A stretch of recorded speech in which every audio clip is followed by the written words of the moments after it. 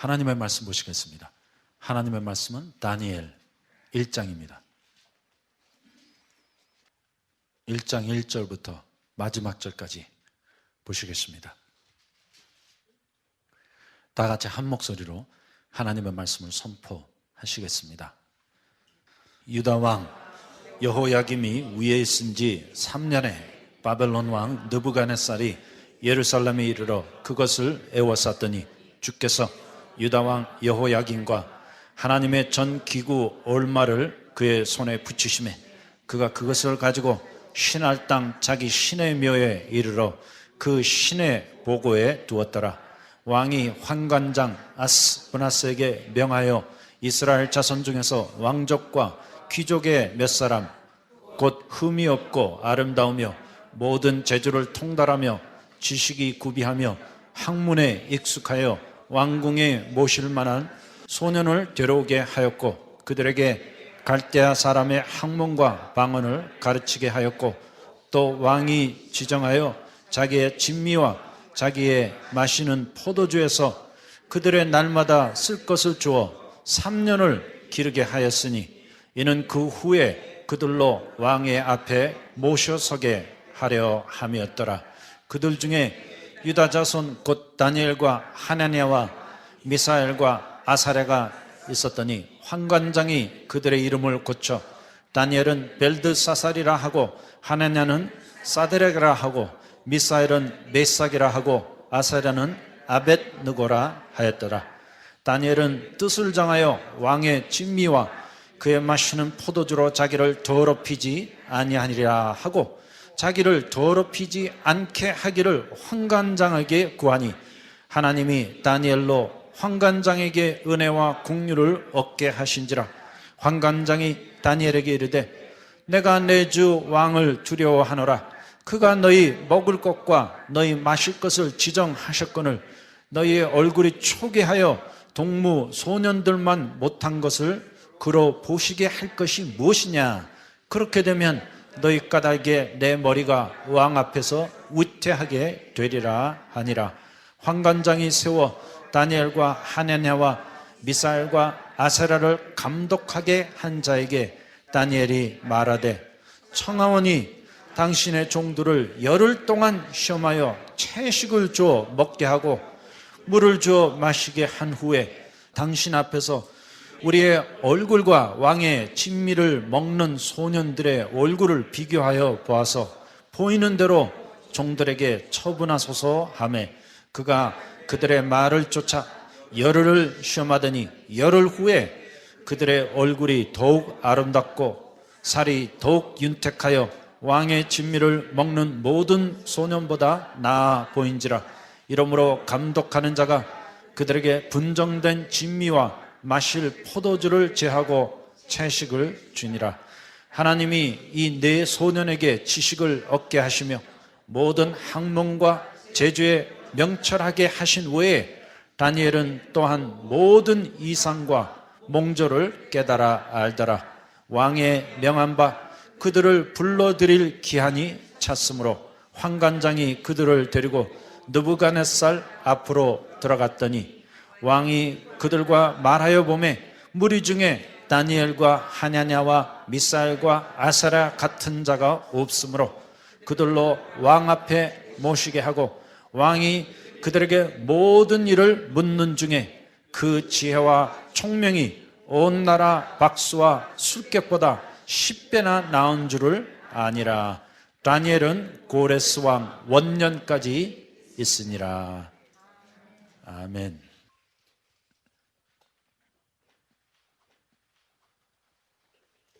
우리가 이미 살펴본 대로 이 다니엘서의 주제는 급변하는 국제 정세 가운데 민족의 정체성을 잃어버리고 이제 겨우 그들의 고토로 돌아가서 정착하고 있는 유대인들에게 세상 가운데서 신앙의 정절을 지키고 또 믿음으로 승리하기 위하여 쓰여진 유대인을 위한 묵시록입니다. So it's a Jewish apocalypse. 특별히 다니엘이 활동했던 BC 605년부터 약 BC 536년은 인류의 역사 가운데 또 성경의 구속사 가운데 가장 결정적인 전환점이라고 할 수 있습니다.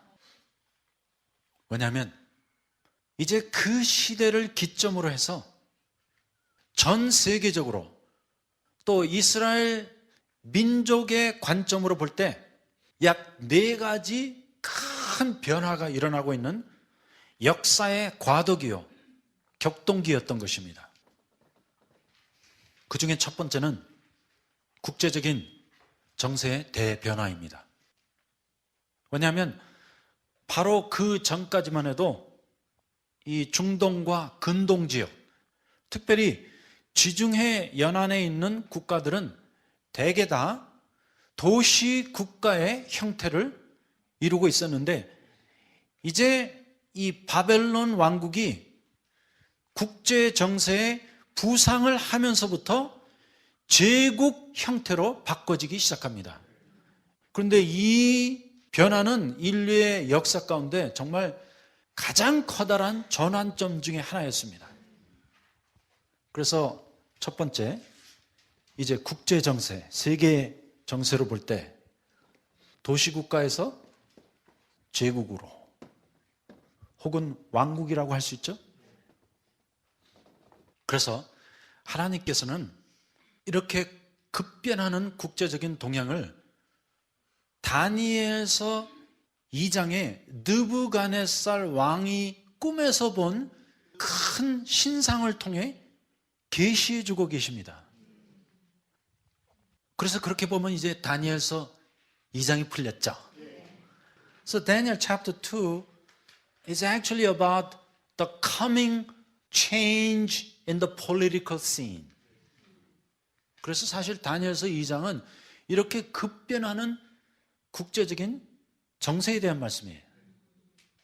또 그것에 대한 계시인 것입니다. 곧 이제 온 세상은 도시 국가 체제에서 제국 체제로 바뀌게 될 것이고 그중 가장 첫 번째가 바벨론 제국이요, 두 번째가 메대와 바사로 이어지고 그 뒤에 헬라 곧 그리스 제국이 오고 또 그 뒤에는 이제 로마 제국이 이어진 후에 한참 뒤에 궁극적으로 하나님의 나라, 하나님의 왕국이 이루어질 것을 다니엘은 예언하고 있습니다. But ultimately speaking, what is the true empire? What is the true kingdom? The kingdom of God.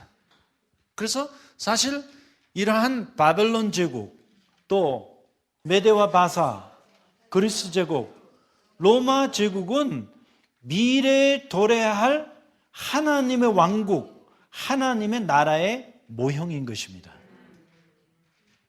하지만 그러한 엄청난 체제의 변화가 이제 다니엘의 시대로부터 시작되는 것입니다. 그래서 다니엘서가 말세에 대한 말씀이라는 것보다도 더 중요한 일이 지금 원독자의 관점에서 일어나고 있는 거예요. I mean, it's like the whole Bible scene is changing. 그래서 지금까지 있었던 그 성경의 모든 체제가 지금 다니엘로부터 완전히 뒤집혀지고 있습니다.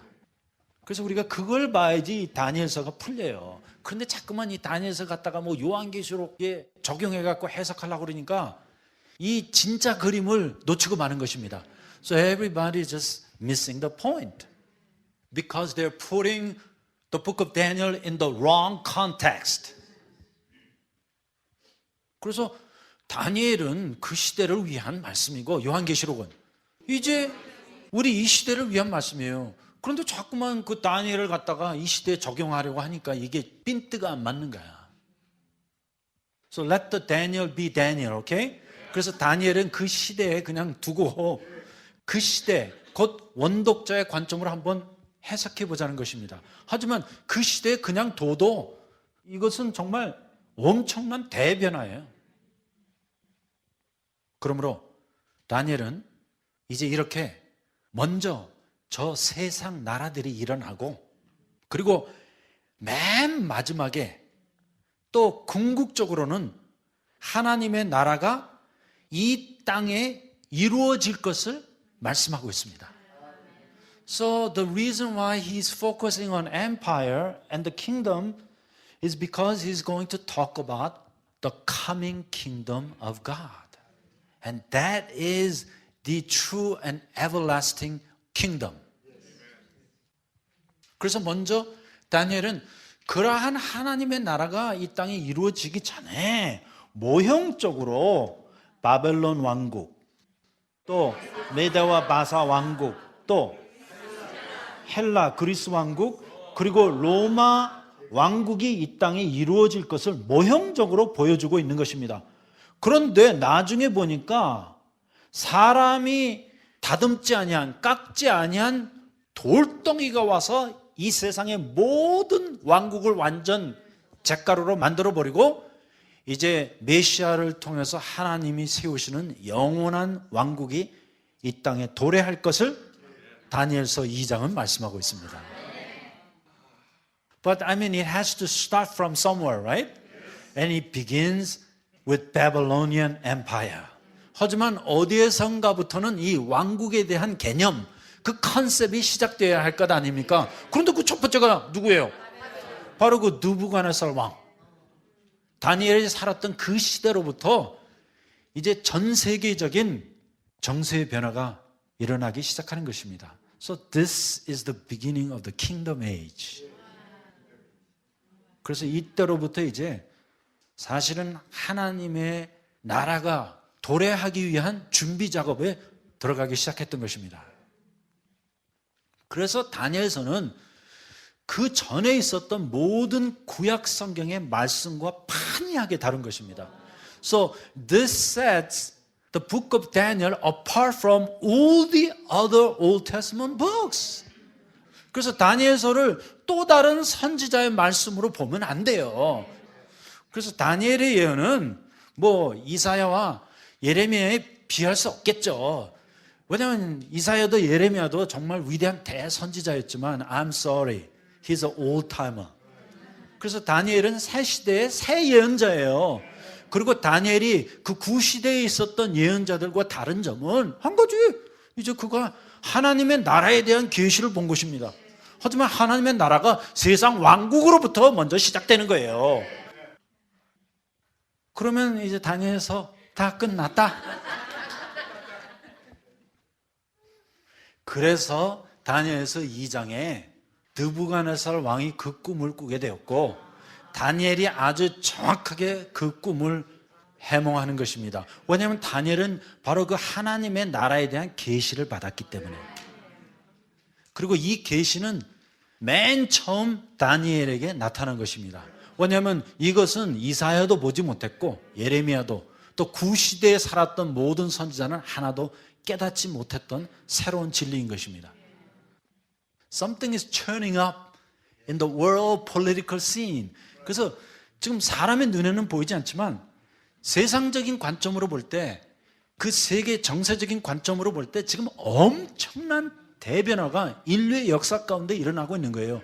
그런데 다니엘은 바로 그 전환점에, 그 과도기에, 그 격동하는 기간 동안에 살았던 새 선지자입니다. He's a new breed of a prophet. 그리고 두 번째는 이제 이스라엘 민족의 정체성의 대변화입니다. 곧 BC 722년에 이스라엘 왕국과 또 BC 586년에 유다 왕국이 멸망을 당하기 전까지 이스라엘 족속의 민족의 정체성은 이스라엘 민족 그 자체였습니다. 그런데 이제 이스라엘의 10지파가 아수르 제국의 민족 말살 정책의 결과로 말미암아 온 세상에 흩어지고 또 이방 민족과 혼합되면서부터 이제 이스라엘 민족의 정체성은 이스라엘로부터 유대인으로 바뀌어지게 되었습니다. 그래서 바로 이때를 기점으로 해서 The Jews, 곧 유대인이라는 개념과 용어가 사용되기 시작했는데 이것은 곧 이스라엘의 민족사적인 관점으로 볼 때 전무후무한 정체성의 대변화였던 것입니다.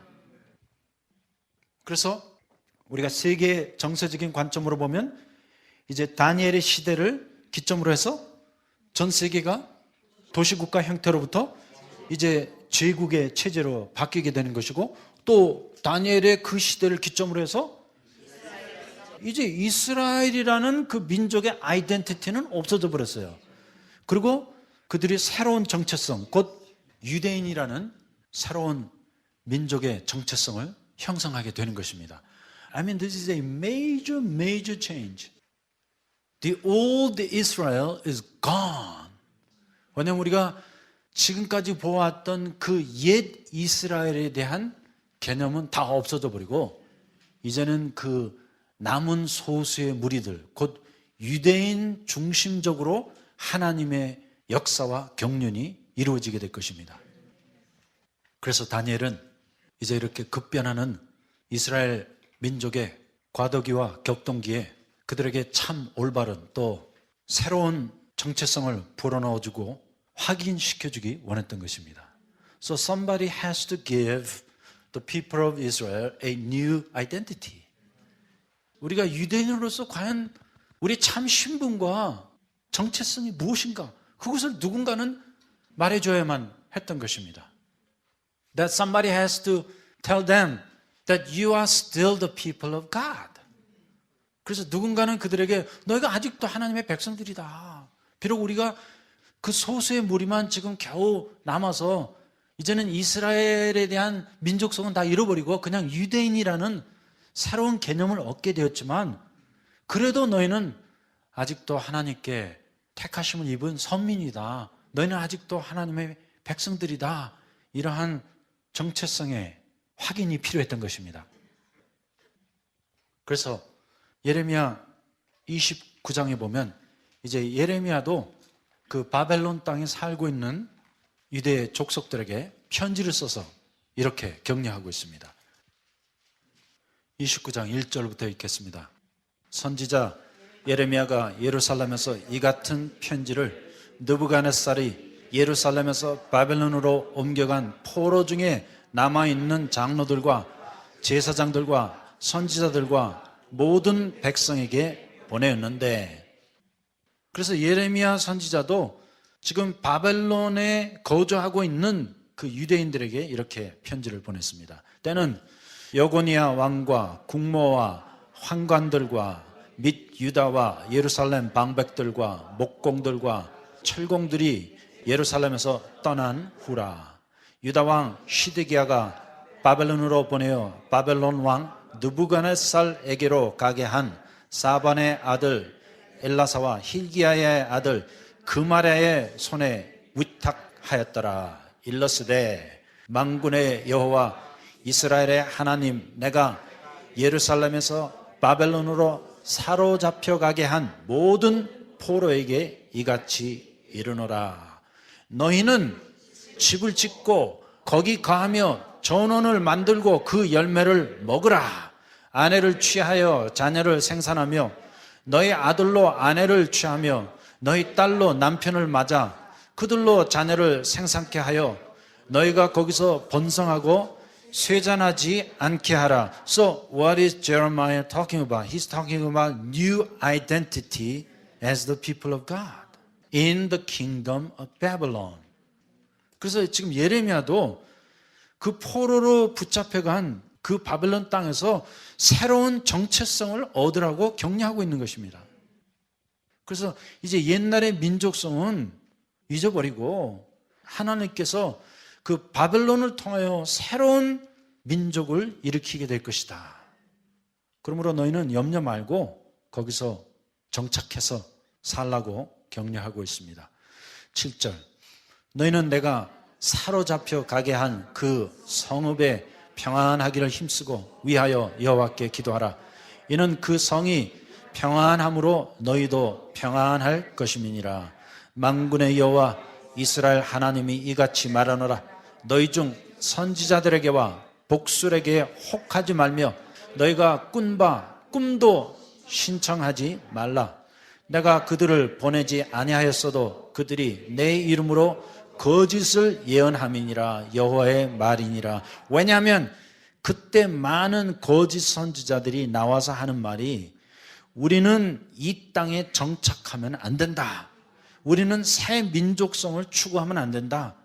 결국 우리가 가졌던 그 이스라엘의 민족성을 고수해야 된다고 외쳤던 것입니다. 그런데 예레미야도 그렇고 다니엘도 그렇고 지금 새로운 말씀을 하고 있는 것입니다. Hey, God is going to give us a brand new identity as the new people of God. So forget about the old ways. 그래서 이제 옛 일은 다 잊어버리고 새로운 민족성, 새로운 정체성을 얻자고 예레미야와 에스겔과 다니엘이 한 목소리로 외치고 있는 것입니다. 그리고 10절 말씀 보겠습니다. 나 여호와가 이같이 말하노라. 바벨론에서 70년이 차면, 왜냐하면 바로 그 70년 동안에 하나님께서 이 하나님의 백성들에게 새로운 민족성을 부여하게 될 것입니다. So when they return to their old land, they're going to go back with a new identity. So God let them stay 70 years in Babylon for what? 그러면 하나님께서 이들을 이제 바벨론에 70년 동안 거하게 하는데 그 기간이 무엇을 위한 때입니까? 곧 바로 그곳에서 이제 이스라엘 민족이 새로운 정체성과 민족성을 얻고 고토로 돌아가서 새 일을 하게 하실 것입니다. 그래서 이 70년은 하나님이 정해놓으신 기간이에요. So the 70 years was already determined by God because you need about 70 years to totally transform your national identity. 왜냐하면 이 이스라엘 족속들이 새로운 민족성의 개념 또 새로운 신분과 정체성을 얻기 위하여 최소한 70년의 기간이 필요했기 때문에. Wow, isn't God so incredible? 여러분 이 안에 위대한 하나님의 섭리와 경륜이 숨겨져 있는 것입니다. 그래서 어떤 분들은 또 그런 질문도 해요. 왜 70년이에요? Because you need 70 years. 왜냐하면 70년이 정말로 필요했던 것이에요. For what? For new identity and for new national consciousness. 그 민족의 새로운 정체성과 의식 구조를 이루는데 정확하게 70년이 필요했던 것입니다. 그래서 그들이 저 먼 나라 바벨론까지 이민 가게 되었던 것입니다. 와우. Talk about the providence of God. 여러분 이것이 하나님의 섭리와 경륜인 것입니다.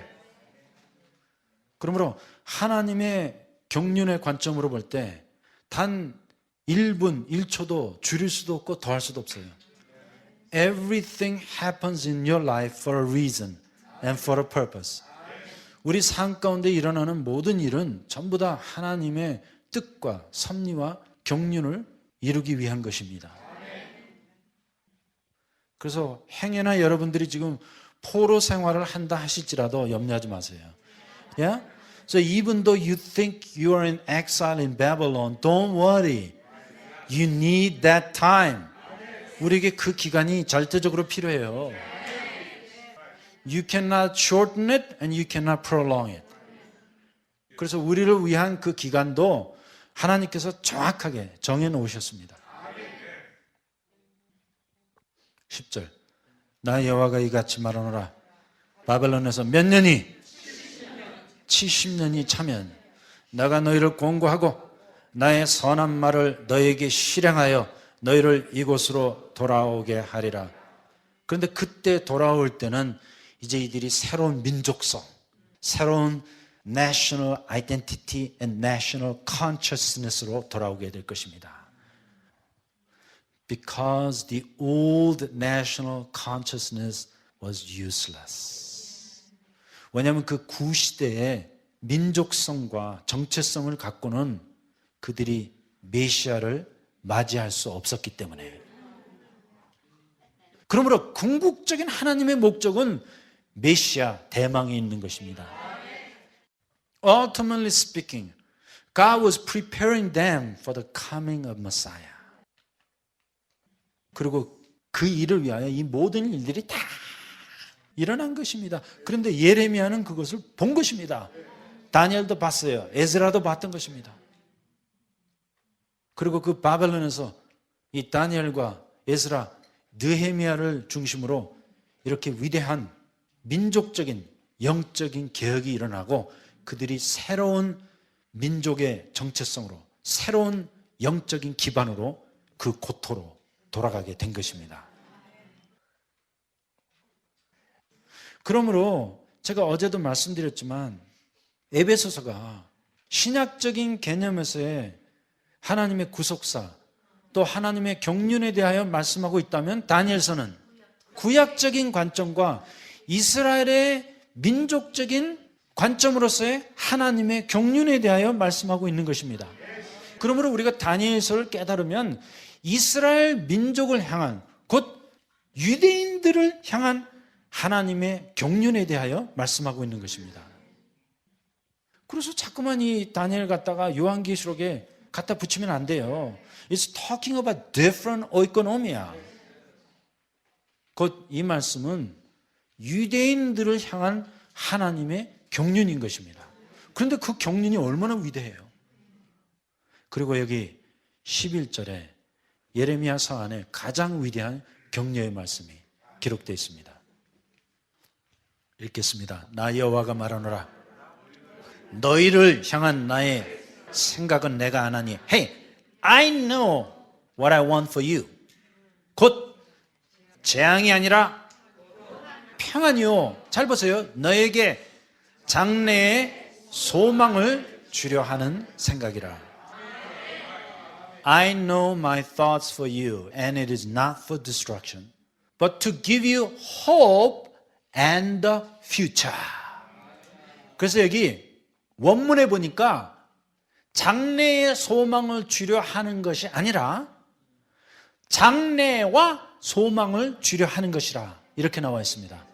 그래서 혹시 여러분 성경 자세히 보시면 토가 달려있나 보세요. 달려있죠? 그런데 그 토를 보니까 That I will give you the future and the hope 이렇게 나와 있죠? 그것이 더 올바른 번역입니다. 그래서 이 말씀은 너희의 장래의 소망을 주려 하는 것이 아니라 너에게 장래와 소망을 주려 하는 것이라. Because God is talking about their future and the hope. 그러면 무엇에 대한 장래요? 무엇에 대한 소망이에요? 이제 그 모든 메시아 대망이 이루어지는 그 위대한 미래요. 또 그것에 대한 소망인 것입니다. 그래서 다니엘은 이제 이렇게 급변하는 이스라엘 민족의 과도기와 격동기에 그들에게 참 올바른 또 새로운 정체성을 불어넣어주고 또 확인시켜 주기 원했던 것입니다. 곧 그는 이제 우리는 아직도 하나님의 택하심을 입은 선민들입니다. 그렇게 외치고 있는 것입니다. 그리고 계속해서 세 번째는 이제 영적인 대변화입니다. 그래서 우리가 먼저 다니엘서를 통하여 세계적인 정세의 대변화를 살펴봤고 두 번째는 이제 이스라엘 민족사적인 관점에서의 대변화를 살펴봤는데 세 번째는 영적인 대변화입니다. 곧 이제까지 이스라엘 민족의 영적인 구심점은 예루살렘에 있는 하나님의 성전에 있었습니다. 그러나 BC 586년을 기점으로 이제 예루살렘 성전이 붕괴되면서부터 그들의 영적인 구심점은 성전 중심으로부터 말씀 중심으로 바뀌어지게 됩니다. 특별히 지난 500년에 걸쳐 이스라엘 민족의 영적인 구심점이 되었던 이 성전이 무너지면서부터 이제 그들은 영적인 구심점을 잃어버리게 되었고 또 그와 동시에 민족의 정체성도 상실하게 됐던 것입니다.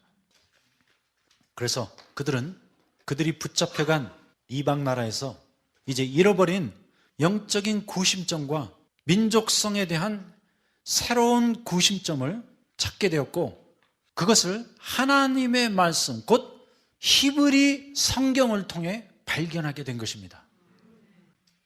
그래서 그들은 결국 바벨론의 왕궁과 또 강가에서 다니엘과 에스라를 중심으로 성경 편찬 작업에 들어가기 시작했고, 이제 에스라가 고토로 귀환을 할 때, 곧 BC 530년경에는 드디어 히브리 성경 제1판을 출간하게 되었던 것입니다.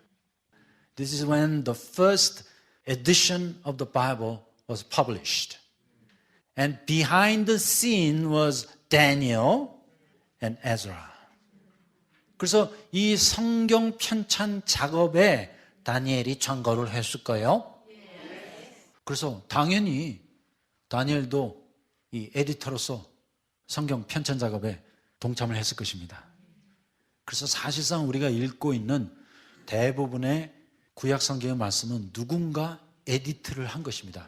편찬을 하기 위하여 토를 달고 설명을 하고 또 집어넣고 빼고 해서 완성된 히브리 성경이 나오게 되는데, 그 뒤에 주요 인물이 곧 다니엘과 에스라였던 것입니다. 그리고 이것은 구약 성경 내에 전무후무한 영적인 대지각 변동이요, 또 패러다임 쉬프트였던 것입니다. 뭐냐면 이제 이때를 기점으로 해서 그들의 영적인 구심점은 성전 문화로부터 말씀 문화로 바뀌어지게 된 것입니다. So they have shifted from the temple cult to the word-centered spirituality. 왜냐하면 우리가 성전 중심적인 영성은 뭐예요? 전부 다 템플 컬트예요. 곧 예식과 제도, 형식 중심적이었지만 이제는 그 영성의 구심점이 하나님의 말씀으로 돌아가게 된 것입니다.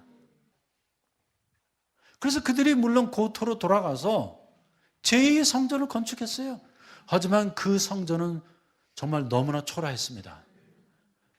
그리고 그들이 느꼈던 제일 처음 반응이 뭐예요? 이건 아니다였습니다. 그리고 그때로부터 이제 에스라가 말씀의 사역을 시작합니다. 그래서 그들이 성전에 모여서 예전에는 그냥 제사 드리고 예식을 행했는데, 이때부터는 성전 뜰에 모여서 하나님의 말씀을 듣고 그들이 너무나 감동을 받아갖고 반나절이 되도록 한 사람도 움직이지 아니하고 그 말씀을 들으면서 눈물을 흘렸다고 에스라는 기록하고 있습니다. 그런데 이 위대한 파라다임의 변화가 다니엘 시대를 기점으로 해서 다 일어난 거예요. 자, 그러므로 한번 보세요. 이 다니엘의 시대를 기점으로 해서 세계 정세의 급변화가 일어났고, 또 이스라엘 민족사와 그들의 정체성의 대변화가 일어났고, 또 영적인 관점으로 볼 때도 뭐 엄청난 전무후무한 영적인 지각 변동이 일어났던 것입니다. 그래서 다니엘이 중요한 것입니다. All these things happened during the time of Daniel. So this is sort of like the behind the scenes story. 그래서 여러분, 영화를 보는 것보다도 그 영화가 제작되는 과정에서 찍어놓은 그 다큐멘터리를 보면 더 재밌어. 바로 그런 식이에요. 오늘 우리가 뭐 다니엘서를 보면서 자꾸만 다니엘서를 해석하려고 해. 뭐 이 금신상은 뭐고. 뭐 그 금신상은 바벨론이에요. 뭐 메데와 바사예요. 헬라와 그리스예요. 로마 제국이에요. 그래서 그 다니엘서 자체를 해석하는 것이 중요한 것이 아니라, 과연 이 다니엘의 시대를 기점으로 해서 무슨 일들이 일어나는가, 그것을 깨닫는 것이 이 다니엘서의 핵심 주제인 것입니다. 그래서 다니엘과 동시대에 예언했던 에스겔도 그의 예언의 마지막 부분, 곧 에스겔서 40장부터 48장까지는 이러한 새로운 제도와 예식의 개혁에 대하여 말씀하고 있습니다. So Ezekiel is going to talk about the Messianic temple and a new cult and ritual. 그래서 사실상 에스겔서의 핵심도 똑같은 말씀을 하고 있는 것입니다. 그 옛 성전, 옛 제도, 옛 예식은 아무 의미가 없다. 이제 새로운 성전이 온다. 그런데 에스겔서에 나타난 그 성전은 그림을 그릴 수가 없어요. 그래서 에스겔이 도대체 무슨 말을 하는지도 모르겠어. 나중에 알고 보니까 상징적인 메시아의 성전에 대하여 말씀하고 있는 것입니다. 그런데 그럴 수밖에 없죠. 왜냐하면 다니엘과 에스겔이 동시대에 살았던 인물이기 때문에. So there's a major change and a great paradigm shift going on during the time of Daniel. 그리고 이제 마지막으로 네 번째는 이 다니엘의 시대를 기점으로 해서 드디어 이 땅에 메시아를 보내시기 위한 하나님의 경륜이 이루어지는 대전환점에 도입하게 됩니다. 그래서 이제 네 번째 관점은 하나님의 경륜의 관점에서 과연 다니엘의 시대가 얼마나 중요했던가. 곧 바로 다니엘 전까지만 해도 이스라엘 민족과 역대 선지자들은 메시아 대망과 준비에 대한 말씀만 외쳤는데 이제 다니엘 시대로부터는 직접적인 메시아 해산 작업에 도입하게 된 것입니다. 그러므로 다니엘의 메시지는 단순한 메시아 대망이 아니라 오히려 이제 곧 메시아가 온다. 또 이제 이 메시아 대망의 성취가 막바지에 다다랐기 때문에 우리 민족이 엄청난 해산의 고통을 겪게 될 것이다. 또 이렇게 하나님의 구속사의 가장 결정적인 순간에 사단은 온갖 발악과 회방을 다 하게 될 것이다. 그러므로 이제 너희는 참 신앙으로 인내하고 승리해서 하나님의 위대한 경륜을 이루어 드리자. 이것이 다니엘서의 또 다른 핵심 주제를 이루고 있는 내용인 것입니다. 그리고 이것이 다니엘서의 전체적인 메시지입니다. 그래서 다니엘이 예언한 그대로 이제 BC 200년부터 150년경에는 안티오커스 에피파네스가 나타나서 이제 이스라엘 민족과 종교를 말살하게 될 것이고 모든 예배 제도를 폐지하고 또 성전 내에 가증한 우상을 세워서 우상 숭배하고 돼지 피로 제사를 드리는 무서운 핍박과 환란이 일어나게 될 것입니다. 그런데 그 모든 일들이 일어나는 이유는 단 하나예요. 이제부터는 그냥 단순히 메시아 대망이 아니라 이제 그 메시아 대망이 성취할 막바지에 이르러갖고 이 이스라엘 민족이 곧 유대인들이 메시아 해산의 고통을 당하게 될 것입니다. 그런데 다니엘은 이러한 사실을 미리 보고 이 말씀을 통하여 그들을 격려하고 위로하기 원했던 것입니다. 그래서 또 다른 다니엘서의 핵심 주제는 첫 번째, 다니엘서 1장에 신앙의 정절에 대하여 말씀하고 있습니다. 그리고 다니엘서 2장은 신앙의 결단에 대하여 말씀하고 있습니다. 곧 느부갓네살 왕이 금신상을 만들어 놓고 거기에 우상 숭배하라고 했는데 이제 그들이 이렇게 신앙의 결단을 해야 될 때가 오는 것입니다. 곧 순교를 각오해야 합니다. 그리고 세 번째 주제는 다니엘서 6장에 나타난 신앙의 성숙입니다. 곧 이러한 핍박과 환난 기간 동안에도 다니엘은 하루에 3번씩 예루살렘을 향하여 기도했던 것입니다. 그래서 다니엘서의 또 다른 주제가 1장에 나타난 신앙의 정절, 곧 그 바벨론 왕이 먹는 음식, 그 제물로 바쳐진 더러운 음식을 먹지 않고 정절을 지키는 것입니다. 그리고 다니엘서 2장은 신앙의 결단이에요. 이제 죽음이 우리 눈앞에 다가와도 끝까지 신앙을 지키자. 우상 숭배하지 말자. 그리고 다니엘서 6장은 신앙의 성숙입니다. 이렇게 어렵고 환난의 기간이 닥쳐온다 할지라도 신앙의 성숙을 지켜서 계속 기도하고 또 하나님을 섬기는 일을 하자. 이것이 곧 다니엘서 전반부의 주제를 이루고 있는 것입니다. 자, 그러면 다니엘서 1장으로 다시 돌아가서 보겠습니다. 1장 3절 보겠습니다. 왕이 환관장 아스푸나스에게 명하여 이스라엘 자손 중에서 왕족과 귀족의 몇 사람 곧 흠이 없고 아름다우며 모든 재주를 통달하며 지식에 구비하며 학문에 익숙하여 왕궁에 모실 만한 소년을 데려오게 하였고 그들에게 갈대아 사람의 학문과 방언을 가르치게 하셨고, 이것은 절대적인 하나님의 섭리와 경륜이었습니다.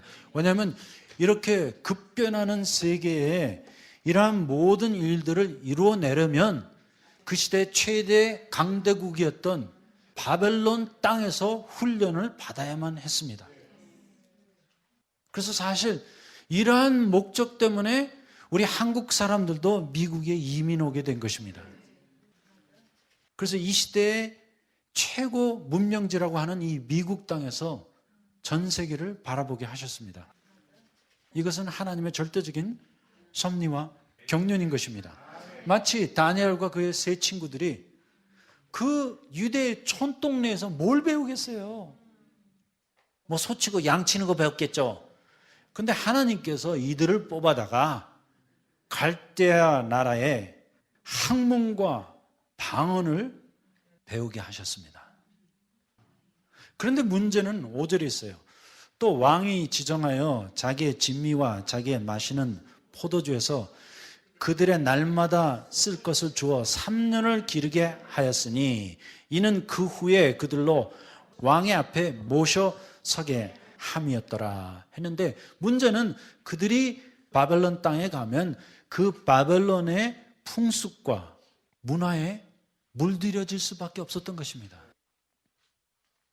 그런데 여기 8절에 보면 다니엘이 이렇게 결단하고 있습니다. 다니엘은 뜻을 정하여 왕의 진미와 그 마시는 포도주로 자기를 더럽히지 아니하리라 하고, 이것은 세상 속에서의 신앙의 정절이에요.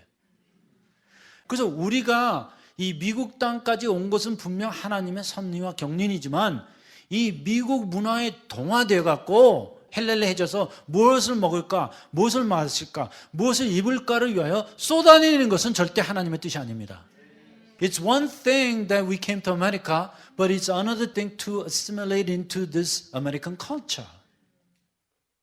그런데 결국은 우리가 이 바벨론 땅에 와서 이 문화에 완전히 동화되어서 이 세상 사람들과 똑같이 살아가는 것이 오늘 이민자들의 현실인 것입니다. 그런데 여기 8절을 보세요. 다니엘은 뜻을 정하여 그는 이 신앙의 정절을 지키기 위해 결단했던 것입니다. 왕의 진미와 그의 마시는 포도주로 자기를 더럽히지 아니하리라 하고, 이것은 세상 속에서의 신앙의 정절입니다. Without this, you will lose everything. 그래서 이것 아니면 이 미국 땅에 와갖고 다 잃어버려요. 민족성도 잃어버리고 영성도 잃어버리고 그냥 헬렐레해져갖고 간증하라고 그러면 아이고 목사님 우리 지금 베드룸이 3개에서 4개로 늘어났어요. 화장실이 2개에서 지금 5개로 늘어났어요. 뭐 이런 얘기. 지금 나 벤츠 타고 다녀요. 뭐 우리 애 하버드 들어갔어요. So what? That don't mean nothing.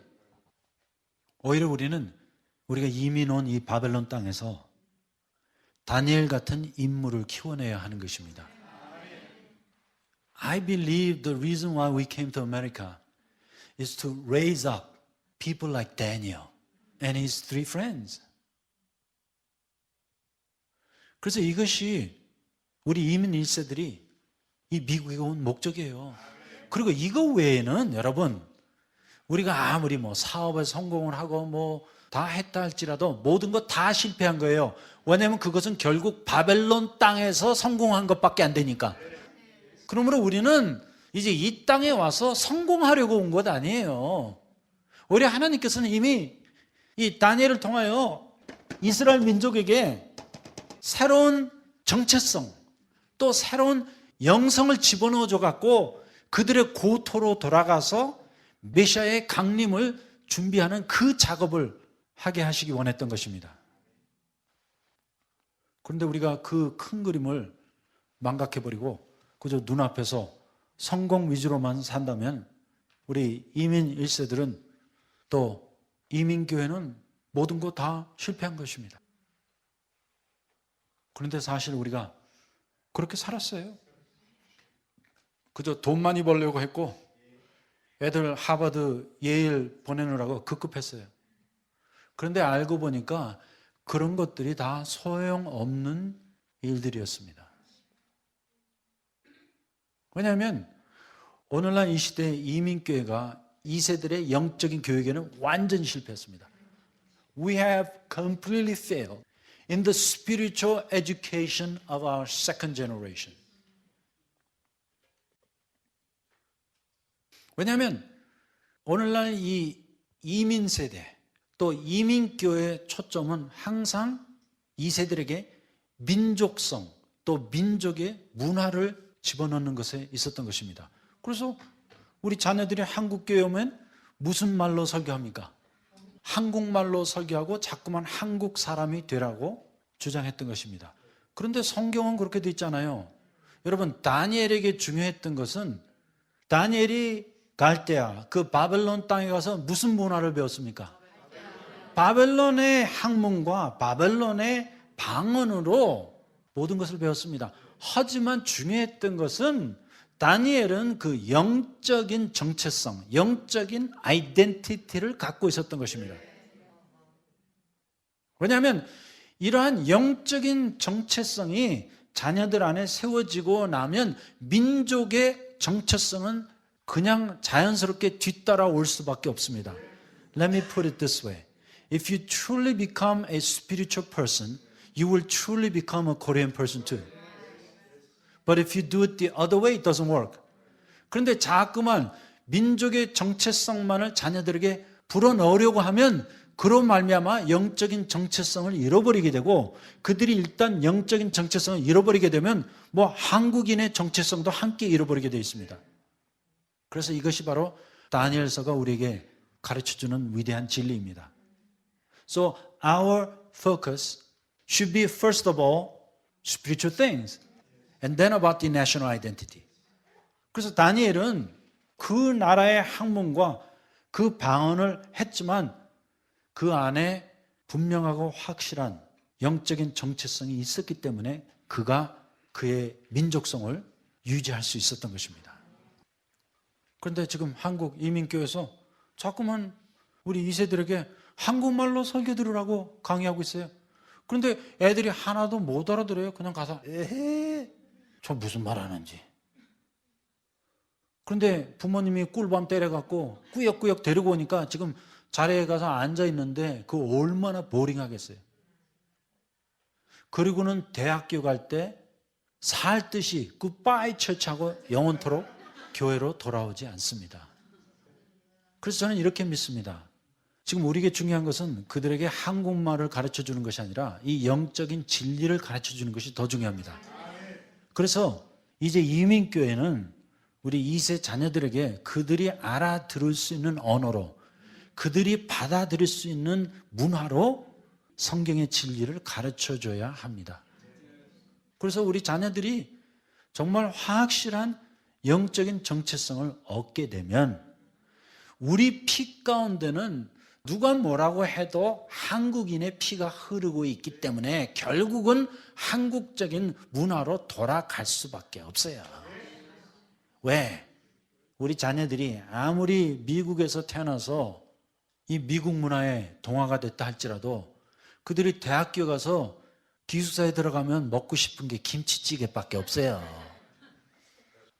그래서 결국 한국인은 한국인으로 돌아올 수밖에 없어요. 그러므로 그런 거 염려하지 마시고 이제 중요한 것은 이제 우리가 우리 2세들을 다니엘같이 키워야 합니다. 여기 보세요. 다니엘은 뜻을 정하여 왕의 진미와 그의 마시는 포도주로 자기를 더럽히지 아니하리라 하고 자기를 더럽히지 않게 하기를 환관장에게 구하니. 그런데 그렇게 구하고 나면 여기 9절에 보니까 하나님이 다니엘로 환관장에게 은혜와 긍휼을 얻게 하신지라. 그러므로 우리가 정말로 이 세상 속에서 우리의 신앙의 정절을 지키려고 하면 하나님이 도와주십니다. 그런데 많은 분들이 이래요. 아이고, 이 세상 속에서 신앙 정절 지키기 힘드네요. Have you even tried? 그런데 이런 일들이 쉽게 안 돼요. 여기 다니엘이 8절에 보세요. 그가 뜻을 정하여 He was determined. 그래서 이러한 신앙의 결단이 우리에게 필요합니다. 그런 것이 아니면 정말 술에 술 탄 듯이 물에 물 탄 듯이 그냥 이 세상 속에서 흘러가는 거예요. 하지만 우리가 이곳까지 이민을 오게 된 것은 절대적인 하나님의 섭리와 경륜입니다. 그래서 우리가 이 땅에 이민 오게 된 그 하나님의 위대한 섭리와 경륜을 우리가 죽기 전에 다 이루기 원합니다. 그리고 우리가 이 땅에 사는 동안에 정말 신앙의 정절을 지켜야 합니다. 여기 다니엘과 세 친구들은 제사를 드린 그 더러운 식물을 먹기를 거부했습니다. 그런데 나중에 보니까 그들의 얼굴이 더욱 아름답고 살이 더욱 윤택하여 왕의 진미를 먹는 모든 소년보다 나아 보인지라. 그래서 참 이상해요. 예수님을 잘 믿으면 정말로 아름다워져요.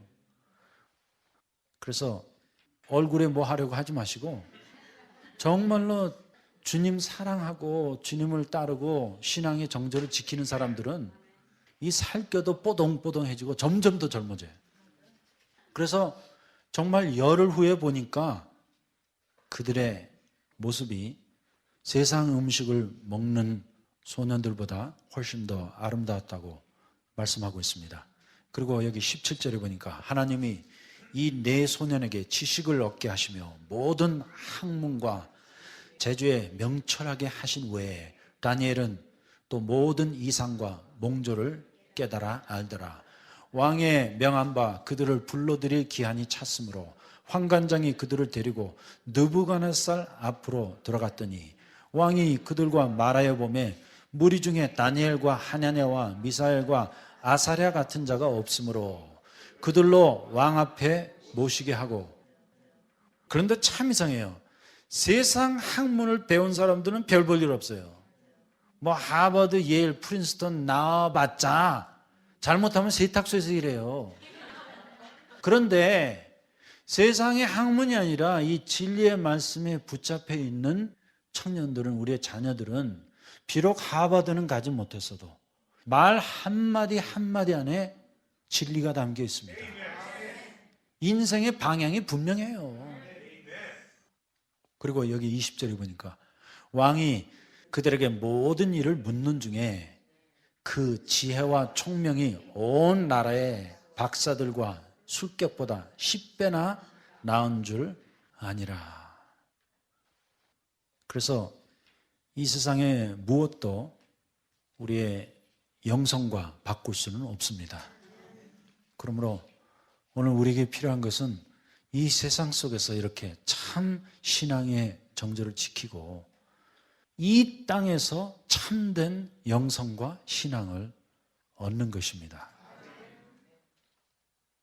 그리고 결국에 가서는 이제 앞으로 다가올 메시아 해산 준비를 하듯이 우리는 메시아 곧 예수 그리스도의 재림 준비를 하는 것입니다. 그리고 바로 그것이 우리가 이 땅에 사는 목적이 되어야 하는 것입니다. 21절 보겠습니다. 다니엘은 고레스 왕 원년까지 있으니라. 그래서 그가 약 장장 70년에 걸쳐서 바벨론 땅에서 이렇게 신앙의 정절을 지키고 이제 앞으로 곧 도래할 메시아 강림과 하나님의 나라를 준비했던 것입니다. 그래서 바로 이것이 다니엘서의 전체적인 주제인 것입니다. 자, 이제 다음 시간에는 다니엘서 2장의 말씀을 통하여 급변하는 세계 정세에 대하여 살펴보기로 하겠습니다. 기도하십시다. 주님, 다시 한번 이 다니엘서를 통하여 위대한 진리를 깨닫게 하여 주신 감사드립니다. 또 이 다니엘서 안에 숨겨져 있는 비밀을 보여주시고 얼마나 위대하고 커다란 일들이 일어나고 있는지 보여주시면 감사합니다. 주님, 우리도 다니엘과 같이 이 바벨론 땅에서, 이 세상에서, 이 미국 땅에서 살아가고 있습니다. 그러므로 이제 우리도 다니엘과 같이 신앙의 정절을 지키게 하여 주시고 다니엘과 같이 참되고 올바른 영성을 갖게 하여 주시며 다니엘과 같이 이제 메시아의 재림과 또 하나님의 나라의 도래를 준비하는 참 신앙인들이 되기를 원합니다. 다시 한번 주신 말씀을 감사할 때 예수님의 이름으로 기도하였습니다. 아멘.